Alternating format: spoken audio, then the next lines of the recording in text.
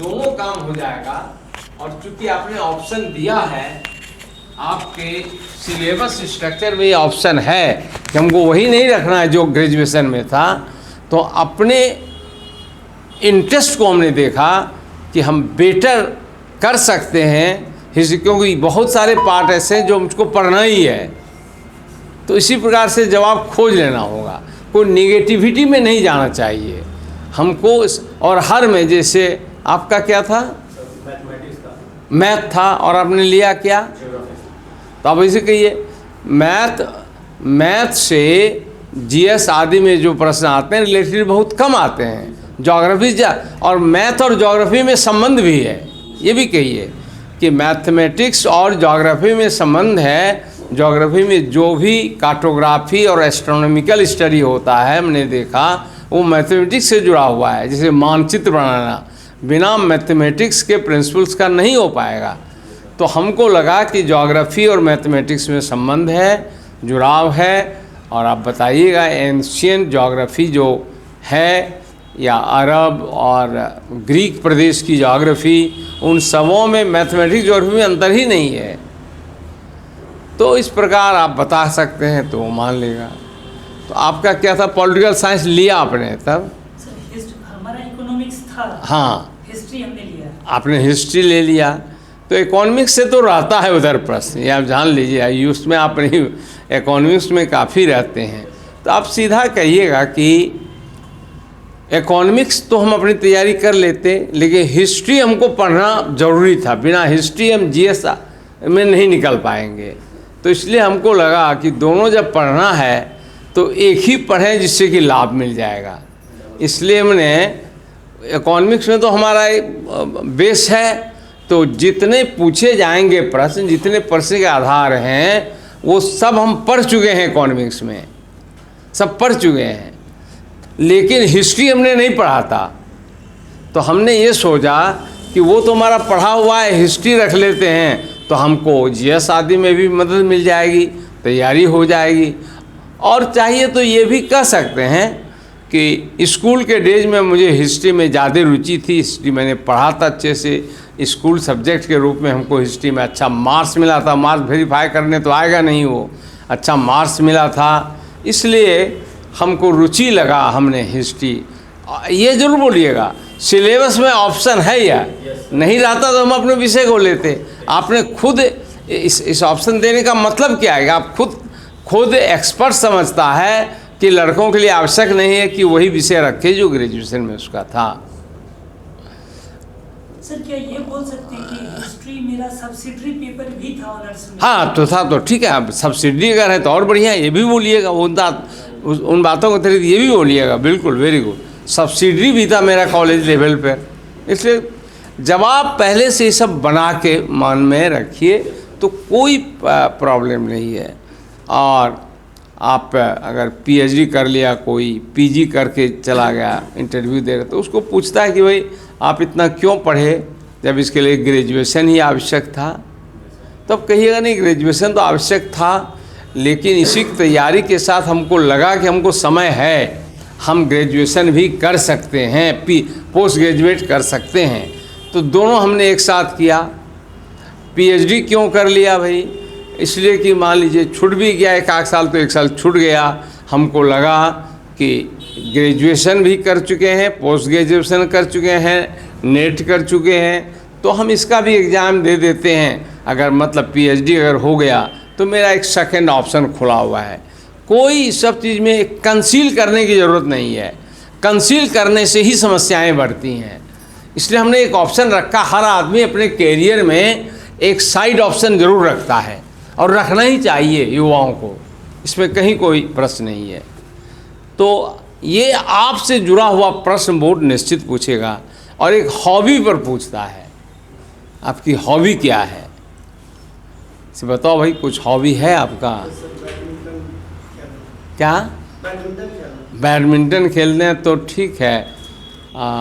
Badminton से related ये world का सबसे टॉप टूर्नामेंट कहाँ चलता है?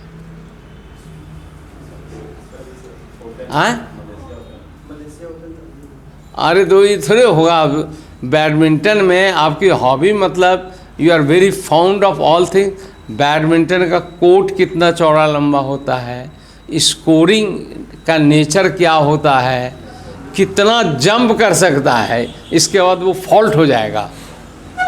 जंप जो करता है लड़का, एक सर्टेन जंप का फिक्स है, उसके बाद वो फॉल्ट में लिया जाता है। तो ये सब बैडमिंटन प्ले रूल्स आप देख लीजिए। वो सिर्फ बैडमिंटन वर्ल्ड इंडिया के किस बैडमिंटन खिलाड़ी को इस साल पद्मश्री मिला? क्या नाम है? कुछ नाम है, वो सब देख लीजिए। हाँ, वही हमको नाम याद नहीं, लेकिन एक ठो को देखें बैडमिंटन में मिला है।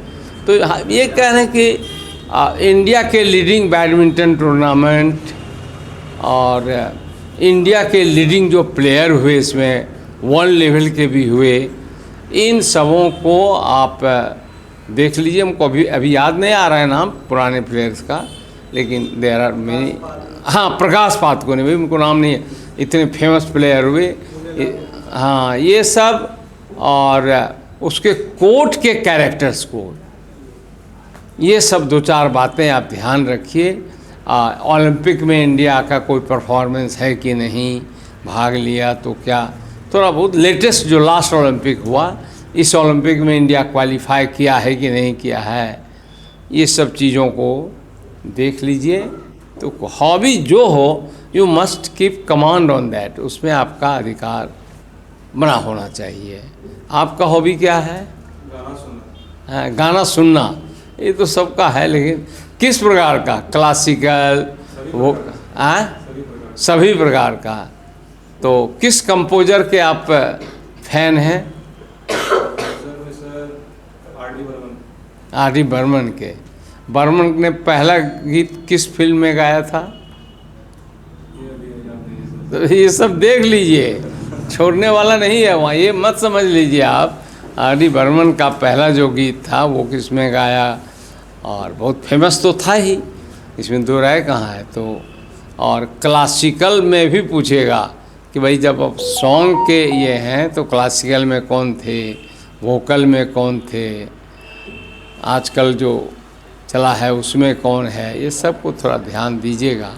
तो आप लोग भी अपने अपने जो भी हो, हम माने ये है कि आपके विषय में वो जान लेगा आपकी पर्सनालिटी कैसी है, बाय नोइंग दिस सब्जेक्ट जो आपने ऑफर किया था, बाय नोइंग योर हॉबी। तो ये दो ऐसे चीज़ें हैं जिसके द्वारा वो आपको आपके विषय में जानना चाहेगा। दूसरा, नॉर्मली बोर्ड जानना चाहता है आपके your knowledge about your locality, आपका ज्ञान आपके प्रदेश, आपके आसपास के विषय में। जैसे आपको पूछेगा किस जिला से आते हैं, आप बताओ भाई किस जिला से हो, हैं? सीतामढ़ी जिला। तो पूछेगा कि सीतामढ़ी जिला क्यों प्रसिद्ध है? माता सीता की जन्मस्थली है, और भी कोई कारण है? नेपाल से सीमा लगता है, राष्ट्रीय सीमा। नहीं, एग्रीकल्चरली बहुत फेमस है, फ्लड आता है, ये सब उसके कैरेक्टर्स। ज़मीन बहुत उपजाऊ है, बहुत फर्टाइल लैंड है, अलुवियल है, इसीलिए। और जब सब बढ़िया है तो वहाँ समस्या क्या है उस जिला में? ये भी प्रति व्यक्ति आया है सर, हैं? स्वास्थ्य शिक्षा, ये भी शिक्षा है, ये भी प्रति व्यक्ति आया है। नहीं, देखिए वहाँ समस्या सब है कि क्यों नहीं विकास किया। तो इसलिए नहीं विकास किया कि शिक्षा के विकास का स्वरूप प्रारंभिक दिनों में धीमी था, ये धीमा था।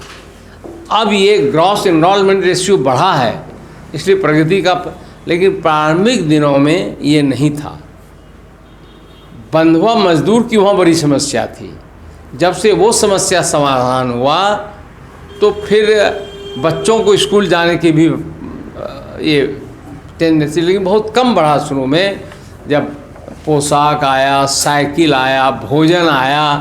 तो क्योंकि फादर मदर जो गांव के थे वे बहुत लिटरेट नहीं थे, वो शिक्षा के प्रति, लेकिन ये आकर्षण का केंद्र था। पहले विद्यालय तो आ जाओ, इसके बाद शिक्षा। शिक्षा नहीं पहला था, पहला था कैसे विद्यालय खींच के लाएं बच्चों को। तो ये एक पिछड़ेपन का निशानी था। लेकिन पहले इंफ्रास्ट्रक्चर का भी विकास नहीं हुआ, टूरिज्म सेंटर का विकास नहीं हुआ जिसकी बड़ी संभावनाएं थी।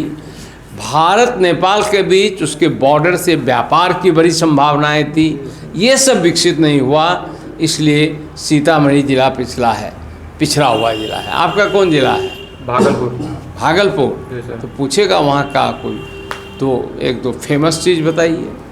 विक्रमशिला विश्वविद्यालय किस वंश ने बनवाया था? पाल वंश। पाल वंश के किस राजा ने?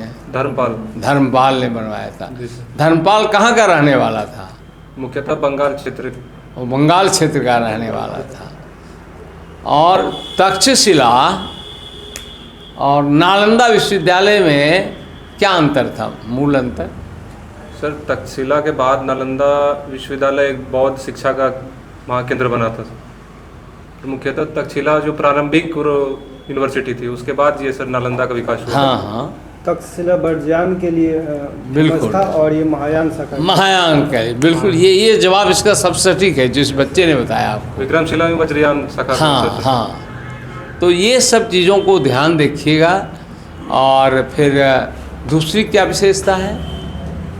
दूसरी सर सिल्क उद्योग। तो वहाँ तो सिल्क की खेती नहीं होती है? नहीं सर, रॉ मटेरियल कहाँ से आता है रॉ मटेरियल? मुख्यतः सर चाइना और साउथ ईस्ट कंट्री से सर। ये तो अब व्यापार पहले कहाँ से आता है? सिल्क उद्योग रूट सर। नाथनगर का सिल्क उद्योग विश्व स्तर का है और वो उद्योग का पतन की ओर भी है, ये भी मालूम होगा। तो पतन की ओर क्यों जाने लगा? मॉडर्नाइजेशन समय के साथ नहीं हो पाया और मजदूरों। यह सिंथेटिक सिल्क आ गया, जी सर। उसके आने से बाजार पर प्रतिकूल प्रभाव पड़ा और इसने उसको मॉडर्नाइज करके compete करने की क्षमता, ये कॉस्टली हो गया क्योंकि लेबर इंटेंसिव ज़्यादा रहा। जी सर। तो इन सब कारणों से और लेकिन अब उसके विकास की बड़ी योजनाएं बन रही हैं। क्या है उसमें कोई मुख्य पॉइंट बताइए? GI टैग तो मिला है सर। नहीं, वो तो मिल गया हिस्टोरिकल इम्पोर्टेंस के कारण। विकास का एक बड़ा पॉइंट है कि संथाल परगना में प्रमोट किया जा रहा है, यहाँ तक कि बांका जिला के जंगलों में भी सिल्क वॉर्म फार्मिंग। जी सर। सिल्क के कीड़ों खासकर पालन के केंद्र बड़े स्तर पर खोले जा रहे हैं। तो जनजातियों को रोजगार भी मिलेगा और यहाँ का सिल्क उद्योग, इंडिजिनस सिल्क उद्योग रिवाइव होगा। ये पॉइंट जरूर बताइएगा। तो ये दो हुआ। और कोई विशेषता बताइए बांका जिला का? मंदार पर्वत सर, धार्मिक। नहीं, मंदार तो बांका जिला अब चला गया, वो भागलपुर में नहीं है। तीसरे अजगैबीनाथ का मंदिर या सुल्तानगंज, दुनिया का बहुत प्रसिद्ध। और दिगंबर हो सकता है कोई देखो, हाँ, धार्मिक मानसिकता का होगा तो पूछेगा कि वहीं से जल लेके लोग पैदल क्यों जाते हैं? गंगा शायद उत्तर की ओर मूर्ति है सर। उत्तरायण हो जाती है। क्यों हो जाती है? क्या सही में शिव की कृपा से उत्तरायण हुआ या कोई रीजनिंग है? ये तो है ज्योग्राफिकल कारण है सर। ढलाव उधर की ओर, उत्तर की ओर हो जाता है। क्या है सर? जो ढलान होता है उत्तर की ओर हो जाता है। क्यों हो गया? ढलान तो हिमालय से उतरता सीधा दक्षिण की तरफ है, वहीं पर क्यों उत्तर की तरफ हो गया? प्लेक्यू रीजन है ना सर? क्या है? प्लेक्यू रीजन के कारण सर। हाँ, इन लायर प्लेटो वहाँ है। जमीन ऊपर में तो आपको समतल जलोढ़ है और नीचे में आर्कियन चट्टाने हैं, कठोर चट्टाने हैं। इसलिए बिल्कुल सही कहा उसमें, वो काट नहीं सकता है। तो वहाँ नदी उत्तर की तरफ मुड़ गई और जैसे ही वो इन लायर कहते हैं उसको, इन लायर जियोलॉजिकल स्ट्रक्चर, अंदर में कठोर भूसंरचना है और जैसे वो ख़त्म हुआ फिर चूँकि जलोढ़ है, मिट्टी कमज़ोर है, फिर वो अपने घूम गई। तो ऐसे जाके ऐसे हो जाता है। अब इसकी धार्मिक कथाएं अलग है कि गंगा शिव से रूठ के जा रही थी, शिव जी ने बहुत मनाया आरती, तो फिर लौटने लगी उसके तरफ, लेकिन फिर नाराज़ हो गई, तो फिर कहा नहीं अब हम समुद्र में ही जाएंगे तो होंगे। ये सब कथाएं हैं तो अलग है ये, but these are not nothing to do with the science और द स्टडी नॉलेज। लेकिन धार्मिक ये महत्व पूछ सकता है। और कोई महत्व? जैविक कॉरिडोर है सर। क्या है? जैविक कॉरिडोर बनाया जा रहा है सर। हाँ, वो बनाया जा रहा है, ये सब बताइएगा। नहीं, वहाँ पर एक सेंट्रल यूनिवर्सिटी भी बनने जा रहा है विक्रमशिला में। केंद्रीय सरकार ने रिकमेंड कर दिया है राज्य सरकार को 650 एकड़ ज़मीन देने हैं। केंद्र की जो कमेटी थी उसने क्लियर कर दिया कि एक केंद्रीय विश्वविद्यालय भागलपुर में तक्षशिला, जैसे नालंदा विश्वविद्यालय के बगल में नालंदा बना ना, आधुनिक नालंदा बना, नालंदा इंटरनेशनल, इसी प्रकार हुआ कि नालंदा की धरोहर को वहाँ पर पढ़ाया जाए। हालांकि अभी जो नालंदा विश्वविद्यालय बना है विश्व स्तर का है सही, लेकिन नालंदा धरोहर छोड़कर बाकी सब कुछ पढ़ा रहा है वहाँ, बना जिस उद्देश्य से वो वहाँ बिल्कुल नहीं हो रहा है। लेकिन आप बोर्ड में सब क्यों कहिएगा, ये तो नहीं कहना कि कुछ चीज़ें जो कह नहीं सकते आप बोर्ड में। इसी प्रकार वहाँ है, जैसे यहाँ नालंदा को जीवंत करने का हुआ तो वहाँ हुआ है कि तक्षशिला को भी जीवंत किया जाए एक अलग विश्वविद्यालय बनाकर। तो अपने अपने ज़िला के विषय में एक चीज़ और बता देते हैं, ये एक डिस्ट्रिक्ट गजेटियर होता है या 1971 का डिस्ट्रिक्ट सेंसस रिपोर्ट, उसमें हर ज़िला की अपनी विशेषताओं का बड़ा अच्छा से ब्रीफ में बने, बाकी सेंसस रिपोर्ट में नहीं है। It is only the 1971 census report, ये ध्यान रख लीजिए। या फिर डिस्ट्रिक्ट गजेटियर 1968, वो historical site, place of interest आदि के लिए बहुत बढ़िया है। 68 के बाद अब डिस्ट्रिक्ट गजेटियर फिर बिहार के हर ज़िले का बनने जा रहा है। पटना जिला का, दरभंगा का फाइनल भी हो गया, उस कमेटी में है इसलिए बता, और ये दोनों प्रेस में भी चला गया। अब बाकी पूर्णिया का आज मीटिंग है, हम लोग जाएंगे। तो हर जिला का फिर एक बार डिस्ट्रिक्ट गजेटियर बनना शुरू हुआ है। तो ये आपको हिस्टोरिकल, बाकी तो हिस्ट्री का किताब पढ़िएगा, डिटेल पढ़ना होगा तब न निकलेगा।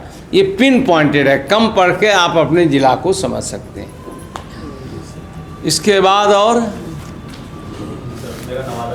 नवादा ज़िला है, तो आप भी बताइए कुछ नवादा। और एक चीज़ बताते हैं, भागलपुर आम की खेती के लिए बहुत फेमस है। जर्दालू आम को GI मिल गया है इंडेक्स, तो उसको ध्यान रखिएगा। ये बड़ा एक्सपोर्ट भी हो रहा है जर्दालू आम। स्टेट छोड़ो, UPSC के या UPC में एक लड़का ने कहा कि मेरा घर सहरसा ज़िला है, तो कहा सहरसा ज़िला तो आम के लिए प्रसिद्ध है। कहा उसने हाँ, वहाँ भी आम, कुछ आम का नाम बताओ। तो कहा कि वो आम बताओ जिसका अचार बहुत अच्छा बनता है। कौन आम होता है? बीजू सर, हम लोग की तरफ बीजू बोला जाता है। क्या, किस आम का अचार जो निर्यात भी होता है? कोई नहीं जानती है? कलकतिया का सर बीजू बोला जाता है हम लोग। बीजू। अब बीजू में भी जिसमें कि अंदर में जिसको आप कहते हैं कि सेल ज़्यादा या मोटा होगा, हाँ कलकतिया नहीं, सकुल या सकुल आम, हाँ सकुल। ये अचार के लिए, और ये सहरसा ज़िला फेमस है उसकी खेती के लिए। सहरसा ज़िला में वो आम होता है।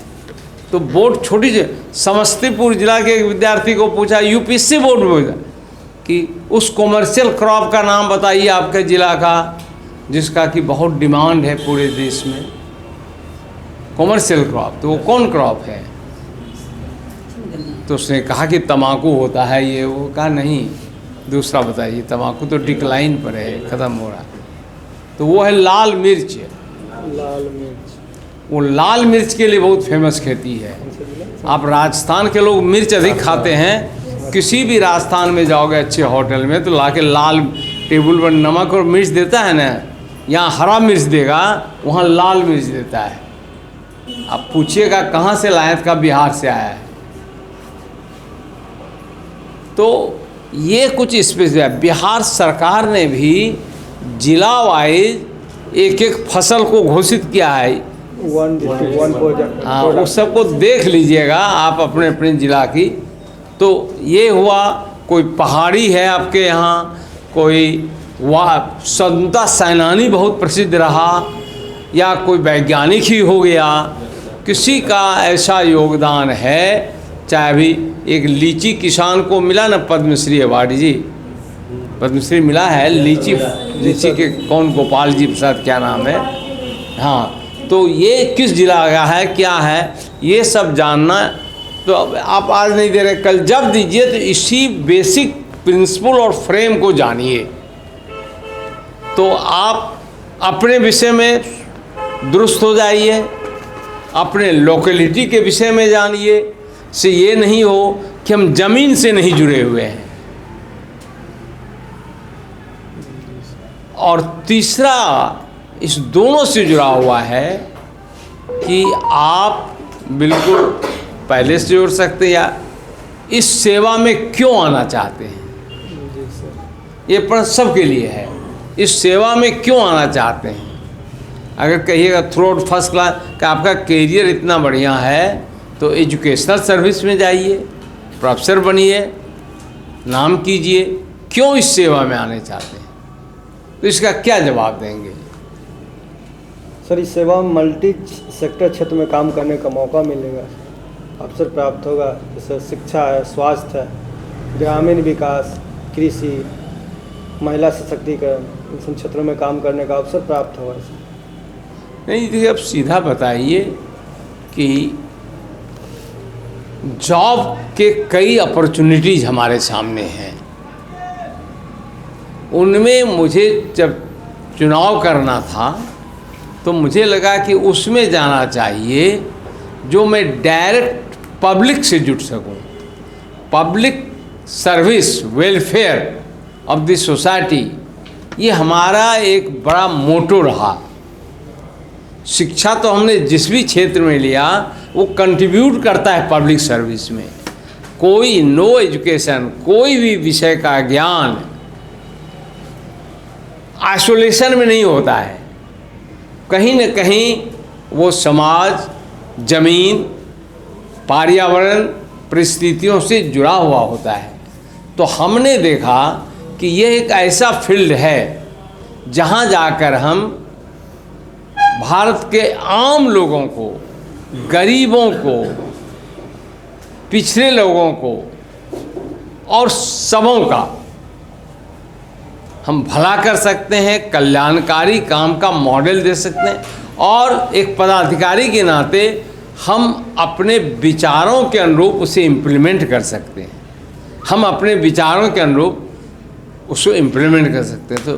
तो इससे बड़ा कोई सेवा नहीं लगा। और इन्हीं के आधार मानकर हमने अन्य सेवाओं को छोड़कर इसे अपना मिशन बना लिया है। मैं इसी कार्य में जाऊंगा और इसमें अधिक से अधिक अच्छा करने की कोशिश करूंगा।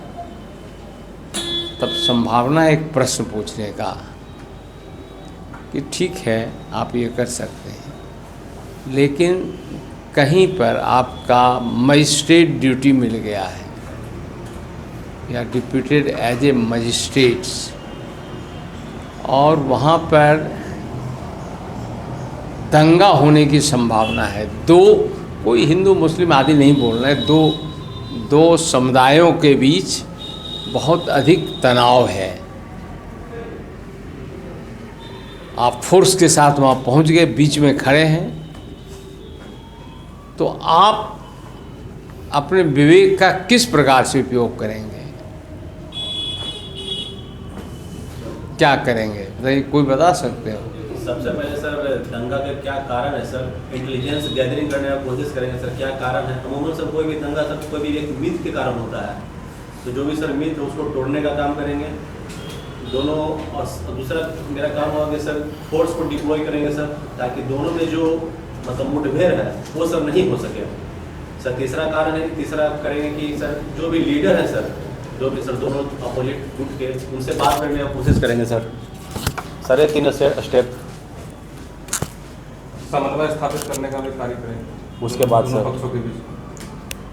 इंटरनेट कनेक्शन को बाधित करें। यस सर, अगर सर उससे भी अगर नहीं हो पा रहा है तो सर सेक्शन 144 सर उसको नहीं, डिप्लॉय देखिए करेंगे। आप ये बताने की प्रयास करिएगा एक मजिस्ट्रेट के क्या क्या जिम्मेवारियां हैं, मैं उससे ज्ञात हूँ, मैं उसे जानता हूँ। उसी की सीमा परिधि में मैं काम करूँगा, जी सर।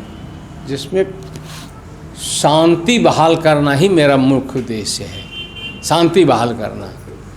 तो शांति बहाल करने के लिए, और मेरे साथ फोर्स भी है, लेकिन फोर्स का उपयोग अंतिम विकल्प होगा, बिल्कुल सर। अंतिम विकल्प होगा, ये जरूर सब बोलना है, बोल रहे हैं। और हम सबसे पहले जो अब तुमने कहा वो ठीक कहा कि दोनों पक्ष के जो नेता लीडर्स हैं या दोनों पक्ष के जो अगुवा हैं, उनको बैठाकर दोनों की बात सुनेंगे और तब देखेंगे कि किनके बातों में अधिक सच्चाई या ज़मीनी हकीकत है, तो दोनों को समझाने की कोशिश करेंगे। हम कोई ऐसा वचन नहीं देंगे जो कि इंडियन पैनल कोड्स के नियमों के विपरीत हो, संविधान की धाराओं के विपरीत हो, हमारे कार्य अधिकार के विपरीत हो। कुछ चीज़ें डीएम को अधिकार है, यस सर। हम वो नहीं कर सकते हैं। हम पहले दोनों को समझाएंगे ये गलत है, ये नहीं कर सकते, वो नहीं कर सकते। और आप लोग कई पीढ़ियों से एक जगह रह रहे हैं, तो आज क्यों लड़ने के लिए तैयार हो गए भाई? आपके सब चाचा भतीजा भाई हैं, कौन सी बात उसमें उभर के देखिए, रूमर जैसी बातें भी आ सकती हैं, बताइएगा। तो वो समाधान हो जाएगा तुरंत, बात खुल जाएगी कि इन्होंने ये रूमर फैलाया, इन्होंने ये किया, जिससे बातें बढ़ी और वास्तविक समस्याएं कम होती है। अधिकतर समस्याएं बातों से उत्पन्न होता है, तो उसको हम समझाएंगे। लेकिन अगर मिलिटेंसी अधिक है कि नहीं, ये नहीं हो सकता है, तब वैसी परिस्थिति में फोर्स को डिप्लॉय हम मजिस्ट्रेट को और डीएम को खबर कर देंगे कि सारे विकल्प खत्म हो गए हैं। अब मैं चाहता हूं कि फोर्स का प्रयोग, फोर्स के प्रयोग के पहले ज़रूर यूज कीजिए टर्म कि हम इसके लिए डीएम को सूचित कर देंगे कि विकल्प अब नहीं है, मैंने ये सब काम किया। तो एक तो ये है कि मुझसे बड़े पदाधिकारी आएँ, वो भी कंट्रोल करें, और नहीं तो फिर फोर्स के द्वारा दोनों को हटाना होगा। बीच का रास्ता कुछ रहेगा, 144 लागू करना है, विभिन्न धाराओं का उपयोग करना है, लेकिन जब नहीं मानेगा तभी फोर्स का हम उपयोग करेंगे। तो इस प्रकार से अपने बातों को रखना है, समझाना है। फिर विकास की बातें भी आएगी कि साहब आपको जो कहीं के ब्लॉक के इंचार्ज आप हैं और वहाँ हर साल बाढ़ आता है, ज़मीन बंजर है, कोई एक मॉडल देगा आपको और उसके लिए आपको कहा जा रहा है कि एग्रीकल्चर रोड मैप 5 बन गया है ना, 4 है, अच्छा 4, तो 4 कैसे लागू करेंगे? तब एग्रीकल्चर रोड मैप आ गया, उसको पढ़ लीजिएगा। 4 को कैसे आप लागू करेंगे? तो पहले हम पायलट स्तर पर लागू करवाएंगे, ये जरूर पायलट स्तर पर, मतलब 1-2 गांव को चुनेंगे, उसमें भी 1-2 किसान को चुनेंगे जो प्रोग्रेसिव फार्मर है, जो रिस्क लेने के लिए तैयार है, कैपिटल इन्वेस्टमेंट इसके बाद में रिस्क लेने के लिए तैयार है, और उनके यहाँ खेती करा के देखेंगे। अगर लाभकारी खेती हुआ तो हम उसको लागू करने के लिए हायर अथॉरिटीज को लिखेंगे पूरे प्रखंड में। अगर इस प्रकार के वृक्ष लगाए जाएं, इस प्रकार के एरिया बेस्ड प्लानिंग इसको कहते हैं, तो पहले एरिया को समझना होगा। जो भी दिया हुआ है बंजर भूमि है तो किस प्रकार का बंजर आवश्यक होगा, तो हम एक्सपर्ट्स का भी सहयोग लेंगे उसको समझने के लिए, क्योंकि सब में बराबर कहेगा। आप अपना विचार दीजिए, तो कोई किताब की रटी रटाई चीज़ें नहीं काम देगा। आप जो ये अप्लाइड है, जो भी हम बता रहे हैं, अप्लाइड सेंस ऑफ एप्लीकेशन है इसमें। आप अपने को ज़्यादा से ज़्यादा इन्वॉल्व करके दिखाने की कोशिश कीजिए, हम इसमें इन्वॉल्व हैं, हम इसमें इन्वॉल्व रहेंगे, ये काम हम करेंगे, इसमें हम लीडरशिप देंगे लोकल लेवल पर। तो इस प्रकार से। और एक चीज़ ज़रूर कहिएगा कि प्रखंड स्तर पर जबकि अब पंचायती सिस्टम हो गई है, तो डिवॉल्यूशन ऑफ पावर हुआ है, हमारे ये बहुत बड़ा दायित्व है कि प्रदेश में घूमने, एरिया में घूमने का काम करें, स्पॉट पे जाके लोगों की बात समझें, इससे समस्याओं का तत्काल समाधान होता है। इसका एक दूसरा लाभ ये भी होता है कि इंदिरा निवास गृह या निवास जो भी है, इंदिरा हाउसिंग स्कीम या और भी बहुत प्रकार की स्कीम अब चलते हैं, ये सब स्कीम सही ढंग से लागू है कि नहीं, उसे पूछना नहीं चाहिए। आपको कहीं पूछ दिया कि मनरेगा की राम जी आप क्या सही मानते हैं, तो आप साफ कहिएगा कि मैं एज ए पदाधिकारी, एक पदाधिकारी के रूप में सरकार के दिशा निर्देशों का पालन करूंगा। सरकार के उस भ्रम में मत भाषण में फंसिएगा सीधा कि जब मेरी नियुक्ति एक पदाधिकारी के रूप में होगी, मैं सरकार के दिशा निर्देश का पालन करूंगा। वो राम जी जपने कहे तो राम जी जपेंगे, गांधी जपने कहेंगे तो गांधी जपेंगे, जो भी कहें। इसलिए सीधा कह देना है कि हम सरकार के दिशा निर्देश का पालन करेंगे। अगर कोई दिशा निर्देश किसी प्रकार का है कि जिससे आपको लगता है कि इससे सामाजिक तनाव बढ़ सकता है, कोई ऐसा काम, सरकार की कोई योजना किसी गांव में लागू हो रही है या कोई योजना आने वाली है, तो इससे सामाजिक तनाव बढ़ सकता है, तो सरकार का दिशा निर्देश आप पहले बोल चुके हम पालन करेंगे, तो इसमें भी आपको करना है। तब आप लिखिएगा नहीं, एज ए पदाधिकारी, चूँकि इससे सामाजिक समरसता बिगड़ सकती है, समस्याएं हो सकती है, इसलिए एज ए पदाधिकारी एक बार मैं अपने से इमीडिएट सीनियर ऑफिसर्स को इसकी सूचना ज़रूर दूंगा, इससे ये संभावनाएं हैं। अगर उसका जवाब नहीं आता है, उस पर कोई फॉलोअप नहीं होता है,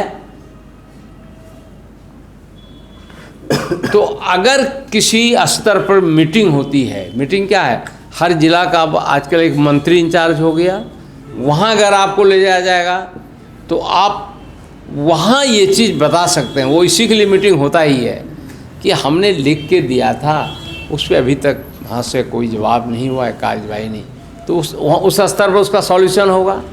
लेकिन अगर कहा गया कि नहीं, आप जो आदेश है इसका पालन करें, तो फिर मैं उसका पालन करूँगा,